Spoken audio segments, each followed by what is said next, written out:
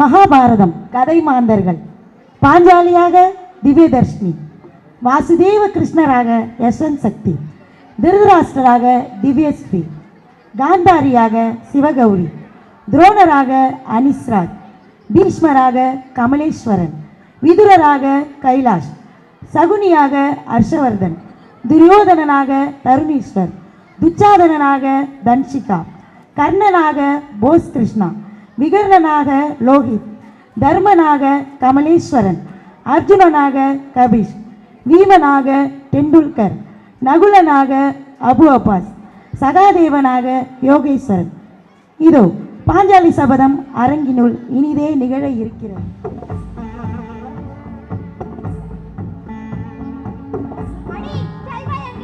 யாரை சொல்கிறாய்? தேவர் புவிமிசை, பாண்டவர் தேவி.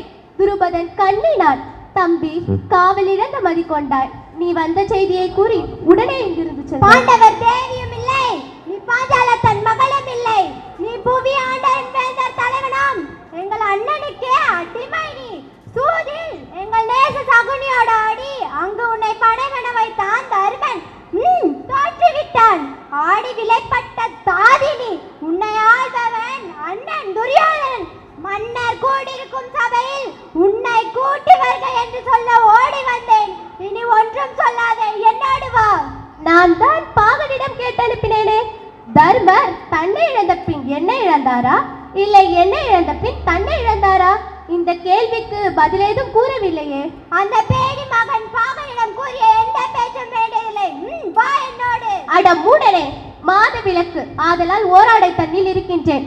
தார்வேந்தர் பொற்சபை முன் என்னை அழைத்தல் இயல்பில்லை. தவிர சோதரர் தம் தேவியை சூதில் வசமாக்கி கொள்ளுதல் மன்னர் குலத்து மரபோ? அண்ணன் பாலிய நிலைமையை கூறிடுவாள். முடியாது, என்னோடு வா. துச்சாதனா, நல்லது செய்தாய். உன்னை யார தழுவுகிறேன், வா. ஷபாஷ் மருமகனே, ஷபாஷ். அடிமைப்பட்ட பெண்ணுக்கு அவதூறு கூறும் உரிமை உண்டோ? அவை முன் பாண்டவர் அடங்கிட வேண்டும். அவலம் பேசுவது அடிமைத்தனம். யாருக்கும் அந்த உரிமை இல்லை. விதியோ கணவரே, அம்மி மிதித்தே அருந்ததியை காட்டி என்னை வேகச்சுட தீ முன் வேண்டி மனம் செய்து பாதகர் முன் இந்நாளில் பரிசுதல் காண்பீரே. வான் சபையில் கேள்வி பல உடையோர், கேடிலா நல்லிசையோர், வேள்வி தவங்கள் மிக புரிந்த வேதியர்கள் மேலோர் இருக்கின்றீர். வெற்றிட மேற்கொள்கிறீர். இன்று என் வேந்தர் பிடிப்புண்டார். இங்கு எவர் மேல் குற்றம் எம்ப வழி இல்லை. மங்கிய பன்மதியான் மன்னர் சபையிலே என்னை பிடிச்செழுத்து ஏச்சுகள் சொல்கிறாய். என்னை எவரும் நிறுத்தடா என்பதில் ஐயகோ, நான் ஏன் செய்வேன், ஏன் செய்வேன்? நீ இன்று முதல் எங்கள் அடிமை. தருமன் சூதாடி நின்னை தோற்றுவிட்டான். நீ வாதாடி அவன் தன் செய்கை மறுக்கின்றாய். சூதிலே வல்ல சகுனி தன் தொழில் வழியால் நின் மன்னவனை வீழ்த்து விட்டான். உன்னை அடிமையென வைத்ததை நீ குற்றம் என்று சொல்கிறாய் மாதரசே. வேதகால முனிவர் விதிப்படி நீ சொல்வது நியாயமென கூடும். ஆண்களோடு பெண்கள் சமமென பேணி வந்தார் அந்நாளில் அது பழஞ்செய்தி. பின்னாளில் ஆடவர்க்கு ஒப்பில்லை மாதர். ஒருவன் தன் தாரத்தை விட்டுவிடலாம், தானமாய் தந்திடலாம். எனவே தருமன் தன்னை அடிமையென வைத்த பின்னும் நின்னை அடிமையென கொள்வதற்கு நீதி உண்டு. நீ கேட்டதால் இத்தனையும் முறைக்கின்றேன். தீங்கு தடுக்கும் திறனில் என் செய்வேன். சாலனுக்கு கூறினீர் ஐயா. பண்டு ராவணன் சீதை தம்மை பாதகத்தால் கவர்ந்து சென்ற பின் மந்திரிகள் தம்மை அழைத்து செய்தி உரைக்கையிலே, தக்கது நீர் செய்தது தர்மத்திற்கு இச்செய்கை ஒக்கும் என கூறினாராம் சாஸ்திரமார். அது போன்று உள்ளதும் பேச்சு. பேய் அரசு செய்தால் பிணம் தின்னும் சாத்திரங்கள். மாயம் உணராத மன்னவனை சூதாட வற்புறுத்தி கேட்டதுதான் நேர்மையோ? மண்டபம் நீர் கட்டியது மாநிலத்தை கொல்ல வென்றோ? பெண்டீர் தம்மை உடையீர், பெண்களுடன் பிறந்தீர், பெண் பாவம் அன்றோ? பெரியவசை கொள்வீரோ? கண் பார்க்க வேண்டும் ஐயா. அடச்சி, நிறுத்தன் வார்த்தையை. அண்ணா, யாரை பணயம் வைத்தாய்? பாஞ்சாலன் சுடர்மகளை சூதாடி இழந்து விட்டாய். சோரத்தில் கொண்டதில்லை அண்ணா, சூதில் படைத்ததில்லை, வீரத்தினால் படைத்தோம். தவறு செய்து விட்டாய் அண்ணா. தர்மம் தொலைத்து விட்டாய்.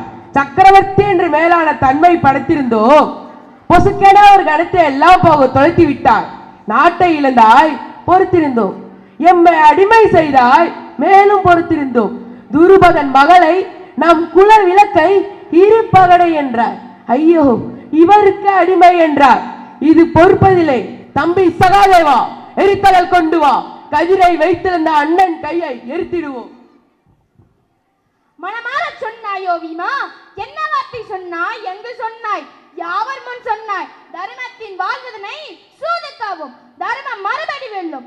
இந்த இயற்கை உண்மையை நம்மாலே உலகம் கற்கும். இன்று கட்டுண்டோம், பொறுத்திருப்போம். காலம் மாறும், தர்மம் அப்போது வெல்ல காண்போம். காண்டீபம் உண்டு, கவலை விடு நீ.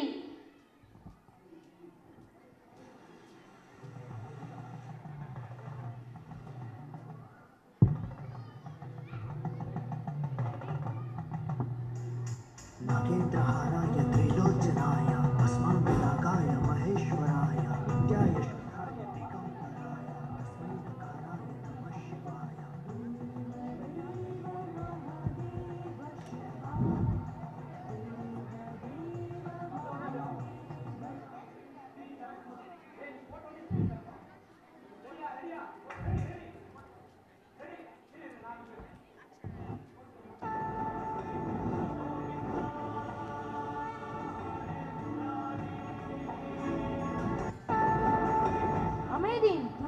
சமர்ப்பிக்கும் வணக்கத்தினை மாமன்னர் ஏற்றுக்கொள்ள வேண்டுகின்றேன். வாசுதேவரே, தாங்கள் இருக்கையில் அமர்ந்து இந்த அஸ்தினாபுர அவையின் கௌரவத்தை மேன்மை அடைய செய்யுங்கள். அவையிலுள்ள அனைவருக்கும் என் வணக்கங்கள் உரியதாகும். வாசுதேவ கிருஷ்ணரே, விராட நாட்டிலிருந்து பாண்டவர்கள் சார்பில் அமைதி தூதராக வந்திருக்கும் தாங்கள் என் தம்பி மக்களிடமிருந்து என்ன திட்டத்தை கொண்டு வந்திருக்கிறீர்கள்? மாமன்னரே, கங்கை மைந்தரும் இந்த அஸ்தினாபுரத்தின் மர்மமான பீஷ்மர் அவர்களை தொழுது வணங்கி என் அமைதி திட்டத்தை பாண்டவர் சார்பாக இந்த மாமன்றத்தில் முன்வைக்கின்றேன். முதலில் ஒரு விஷயத்தை தெளிவுபடுத்த நான் விரும்புகின்றேன். பாண்டவர் சார்பில் நான் இங்கு அமைதி தூதனாக வந்திருந்தாலும் இங்கே கூறப்படும் கருத்துக்கள் அனைத்தும் என்னுடையதுதான். நான் கூறும் கருத்துக்களை அவர்கள் தட்டாமல் ஏற்றுக்கொள்வார்கள். ஆகவே மன்னரே, நீங்கள் எல்லாம் தெரிந்தவர். அமைதி என்பது எப்போதுமே விவாதிக்கப்பட வேண்டிய ஒன்றல்ல. அமைதி என்பது ஓர் இன்றியமையாத தேவை.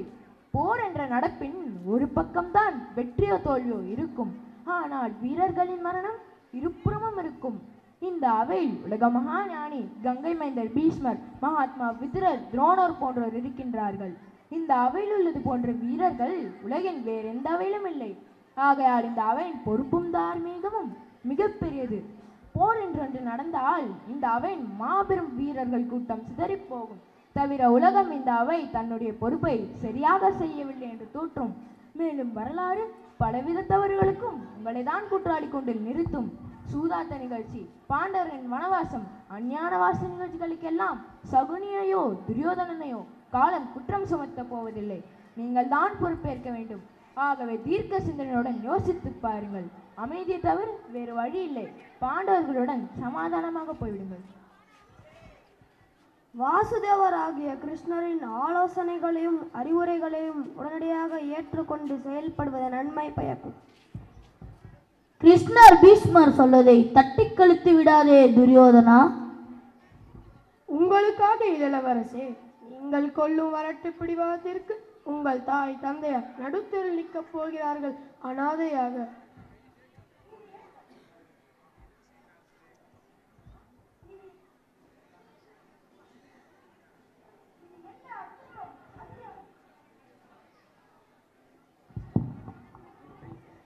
இது என்ன அக்கிரமம், அநியாயம்! இந்த அவையில் உள்ளோர் அனைவரும் என்னையே குற்றம் சொல்லி பேசுகிறீர்கள்.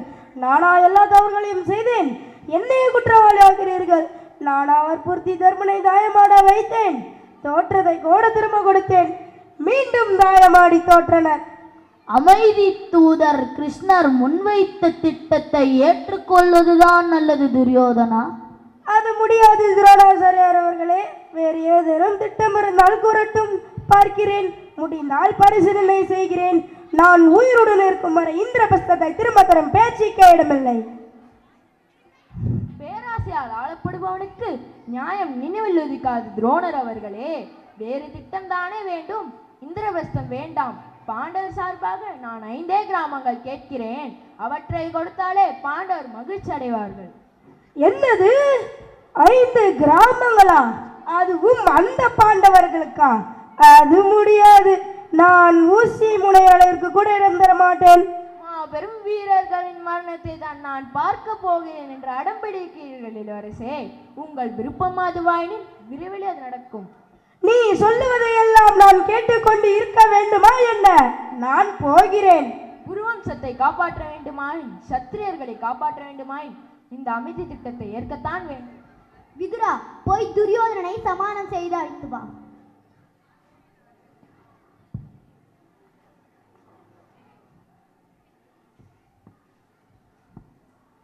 காந்தாரி, உன் ஆசை மகனுக்கு அறிவுரை கூறு. அழிவின் விளிம்பில் நின்று கொண்டிருக்கும் அவனுக்கு அழிவின் வழியை விளக்கு. அவன் இந்த அளவிற்கு ஆனதற்கு காரணம் இந்த அவையில் நீங்கள் தான் என்று கூற வேண்டுமா? அவன் மனதில் ஆசையை வளரவிட்டு இந்த ஆசை என்னும் ஆலமரம் வேரூன்றி வளர்ந்து இன்று அவனையே கொல்ல பார்க்கின்றது. மகனே துரியோதனா, இந்த மாமன்றத்தில் உள்ளவர்கள் எல்லோரும் உன்னோடு போர்க்களத்தில் இருக்க போகிறார்கள் தான். ஆனால் பாண்டவர்களும் நேசிப்பார்கள் என்பதை மறந்து விடாதே. பாண்டவர்களுக்கு நியாயம் கிடைக்க வேண்டியது நீதி என்று அவர்கள் மனதளவில் நினைத்தாலே உன்னுடைய தோல்வி உறுதியாகிடும். உண்மையின் தன்மையை உணர்ந்து அதற்கு ஏற்படி நடந்து கொள்பவன்தான் மகனே புத்திசாலி. என் எண்ணத்தில் மாற்றமில்லை. துரியோதனா, சிறந்த பதிபக்தியான உன் அன்னை காந்தாரின் கண்களில் கண்ணீரை அதிகம் வீணாக்கிடாது. நீ மரணத்தை நெருங்குகிறாய், அழிவினை நெருங்குகிறாய். வாசுதேவா, நீ மட்டும் தூதுவனாக இல்லாவிட்டால். துரியோதனா, விடுங்கள் கங்கை மைந்தரே, அவன் பேசட்டும். நான் தூதுவனாக இல்லாவிட்டால் என்ன செய்திருப்பாய் துரியோதனா? கைது செய்து சிறையில் அடைத்திருப்பேன். அமைதி தூதன் அழிவின் தன்மையை சொல்ல வந்தவன். கங்கை மைந்தர் பீஷ்மர், மகாத்மா விதுரர், துரோணர் போன்றோரால் மதிக்கப்பட்டு வரவழைக்கப்பட்ட ஒருவனை நீ கைது செய்து சிறையில் அடைப்பாயா துரியோதனா? நான் என்ன தனிநபர் என்று நினைத்திருக்கிறாய்? நான் நினைத்தால் ஒரே ஆளாக உங்களை, கௌரவர்களை என்ன வேண்டுமானாலும் செய்ய முடியும். மன்னரே, என்னால் இப்போது இந்த அரசை பிடித்து அதை பாண்டவர்களிடம் ஒப்படைக்க முடியும். தர்மத்தின் நெறி நின்று இந்த கிருஷ்ணன் நடக்க போகும் பாரத போரை தவிர்க்க என்ன முயற்சியை மேற்கொண்டான் என்று உலகம் பழி கூறுவதை தவிர்க்கவே நான் இங்கு அமைதி தூதனாக வந்தேன். இளவரசே துரியோதனா, என்னை அற்பமாக எண்ணிவிட்டாய். கிட்டத்தட்ட போரை யாரும் விரும்பவில்லை மதுசூதனரே. கிட்டத்தட்ட என்று ஏன் அது கொஞ்சம் சச்சம் வைக்கிறீர்கள்? உங்களுக்காக இளவரசி, எல்லாரும் பட்டம் பொதுவாக கூறுவதற்கில்லை. மகாத்மா விதுரர் சொல்வதும் சரியான கருத்து தான். போர் விரும்பிகள் இரண்டு பக்கத்திலும் இருக்கத்தான் செய்வார்கள், அதை மறுப்பதற்கில்லை. பாண்டவர்களும் கௌரவர்களும் சேர்ந்து விட்டால் அவர்கள் இவ்வுலகே ஆழ்வார்கள். தவிர போர் என்று நடந்தால் மன்னரே, உங்களிடம் எதுவும் மிஞ்சாது. உங்கள் பிள்ளைகளும் சரி, உங்கள் தம்பி பிள்ளைகளும் சரி, யாரும் எந்த உத்தரவாதத்தையும் எதற்காகவும் தர இயலாது. யார் யார் சடலங்கள் மீது நீங்கள் அழ வேண்டி வரும் என்று யோசித்து பாருங்கள். உங்கள் தம்பி பிள்ளைகளின் சடலமானாலும் அது எதிரியின் சடலம் என்று ஒதுக்கத்தான் முடியுமா? ஆகவே மன்னரே, சற்றம் தாமதிக்காமல் ஒரு முடிவுக்கு வாருங்கள். உங்கள் மரணத்திற்கு முன் உங்கள் குல ஒற்றுமையை நிலைநாட்டுங்கள். நாளைய வரலாறு உங்களை போற்றும். தர்மத்தை காப்பாற்ற வேண்டுமெனில், பெரிய அழிவை உங்கள் பக்கத்திலிருந்து தடுக்க வேண்டுமெனில் நீங்கள் பாண்டவர்களுக்கு இந்திரபிரஸ்தத்தை திருப்பி தந்து விடுங்கள். என்ன கிருஷ்ணா, அழிவு கிழிவு என்று கூறி மிரட்டி பார்க்கிறாயா? உன்னுடைய அமைதி திட்டத்தை என்னால் ஏற்க இயலாது. துரியோதனா, சற்று யோசி. இப்படி அவசரப்பட்டு பேசினால் காரியம் கைகூடுமா? இளவரசர் துரியோதனர், அவருக்கு காரியம் சீக்கிரமாக வேண்டும் என்பதற்காக தான் இந்த பாடுபடுகிறார் ஞானி பீஷ்மர் அவர்களே. வாசுதேவ கிருஷ்ணரே, தங்களுடைய வார்த்தைகளில் உண்மை நிதர்சனமாக தெரிகிறது. ஆனால் என்னை பொறுத்தவரை நான் ஒன்றும் செய்ய முடியாத நிலையில் இருக்கின்றேன். என் மகன் துரியோதனனுக்கு உங்கள் அறிவுரையை கூறுங்கள். அமைதியின் அவசியத்தை அவனுக்கு புரிய வையுங்கள். துரியோதனரே, கேளுங்கள். உங்களுக்கும் உங்கள் ரத்த பந்தங்களுக்கும் நல்லதை செய்யத்தான் நான் இந்த திட்டத்தை கூறுகிறேன்.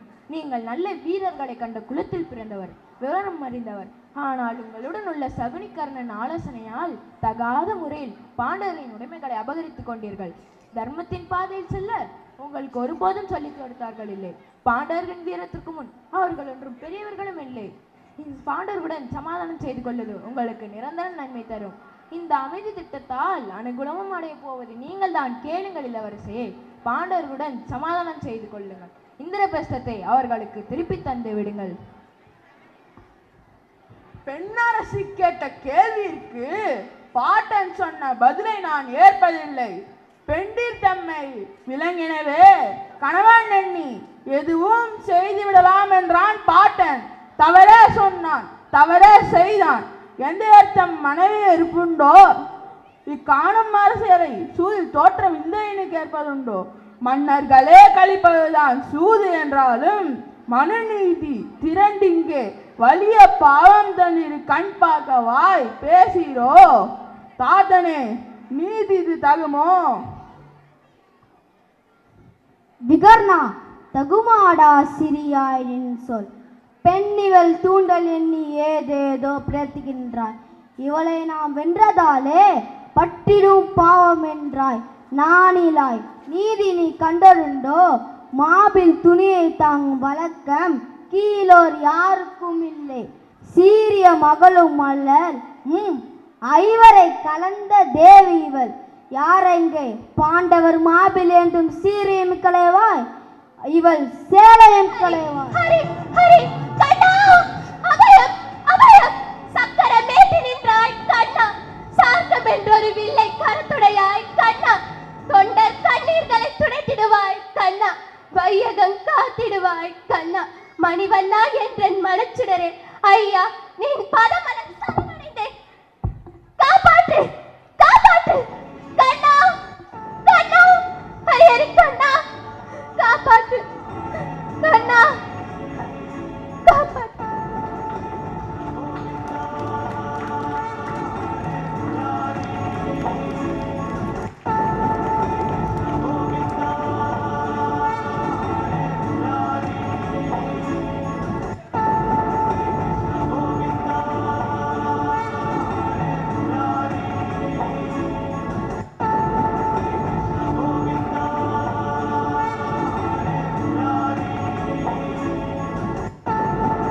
விண்ணவரானே, பராசக்தியான கண்ணன் பதத்தான இந்த ஆண்மையில்லா துரியோதனன் தன்னை யுத்த களத்திலேயே தொடையை பிளந்து உயிர் மாய்ப்பேன். பாவி துச்சாதனன் தோள்களையும் பிளப்பேன். கள்ளன ரத்தம் குடிப்பேன். இது பராசக்தி மீது ஆணை. இந்த பாதக கர்ணனை கோயில் அளிப்பேன். இது என் நண்பன் கண்ணன்களன் ஆணை. காதல கண்ணியின் தேவி கண்ணிலும் காந்தீனவிலும் ஆணை. ஓம் தேவி பராசக்தி, உன் மீது ஆணை உரைத்தேன். இந்த பாவி துச்சாதனன் சென்னி, இந்த பால் துரியோதனன் ஆக்கை ரத்தம் மேவி, இரண்டும் கலந்து என் குடல் மீது பூசி நருடை குளித்தே சிவி என் குடல் முடிப்பேன். அது செய்யும் முன் என் கூந்தல் முடியேன். இது சத்தியம் சத்தியம் சத்தியம்.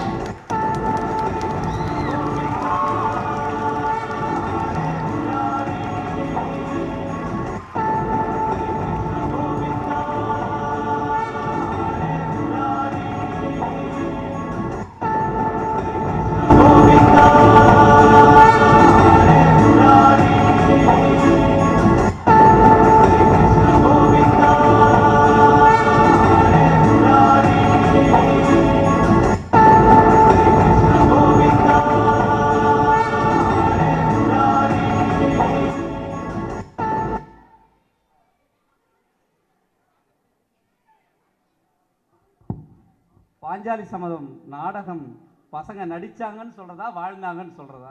எவ்வளவு சிறப்பா நல்ல பலமான கரவொலி. பாஞ்சாலியாக நடித்த திவ்ய தர்ஷினிக்கு தனியா கை தட்டுங்க, முன்னாடி வராங்க.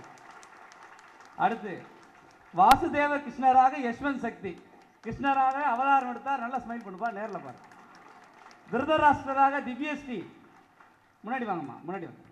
அடுத்து காந்தாரியாக சிவகௌரி, கண்ணை மூடிக்கிட்டு கணவருக்காக தியாகம் வாழ்க்கை வாழற சிவகௌரி நமக்கெல்லாம் மிகப்பெரிய பாடம். நல்லா கை தட்டுங்க. துரோணராக அனிஷ்ராஜ். அடுத்ததாக பீஷ்மராக கமலேஸ்வரன், பாருங்க பீஷ்மர் எவ்வளவு சின்ன வயசுக்காரரா இருக்கார் பாருங்க. அடுத்ததாக விதுரராக கை உடைந்தாலும் மனமுடையாத எங்க கைலாஷ்க்கு பலமான கரவொலி. அடுத்ததாக சகுனியாக ஹர்ஷவர்தன், பாப்பா திருநீர்மலை மாவட்டத்தை சார்ந்த எங்க ஹர்ஷவர்தன் வாங்க வாங்க. அடுத்தது துரியோதனாக வாழ்ந்த எங்கள் தருணீஸ்வர், நல்லா பலமா கை தட்டுங்க. வாங்க வாங்க வாங்க, முன்னாடி வாங்க. ரைட். அடுத்ததாக துச்சாதனாக தன்ஷிகா, தன்ஷிகாவுக்கு பலமான ஏமா போதுமா எழுதுருமா தன்ஷிகா, வாமா நல்லா கை தட்டுங்க தன்ஷிகாவுக்கு. கர்ணனாகவே வாழ்ந்த எங்கள் போஸ் கிருஷ்ணா, வாங்க சார், போஸ் சார், நல்லா போஸுக்கு நல்லா கை தட்டுங்க. விகர்ணனாக லோகித், வாப்பா அற்புதமாக நடித்த லோகித்துக்கு பலமான கரவொலி. அதை தொடர்ந்து தர்மனாக கமலேஸ்வரன், தர்மனாக யோகேஸ்வரன். தொடர்ந்து அர்ஜுனனாக கபீஷ், தீமனாக டெண்டுல்கர். நல்ல சபதம் எப்படி அழகா அடிச்சாரு பாருங்க. அடுத்து நகுலனாக அபு அப்பாஸுக்கு ஒரு அப்ளாஸ் நல்லா கொடுக்கலாம். சகாதேவனாக யோகேஸ்வரன், தர்மனாக கமலேஸ்வரன். ரொம்ப சிறப்பா இந்த நாடகத்தை வடிவமைத்த எழுதிய ரேகாமணி அவர்களுக்கும் மிகச்சிறந்த முறையில் இயக்கிய வேல்விழி அண்ட் அலமேல் அவர்களுக்கு ஒரு பலமான கரவொலி. வாங்க.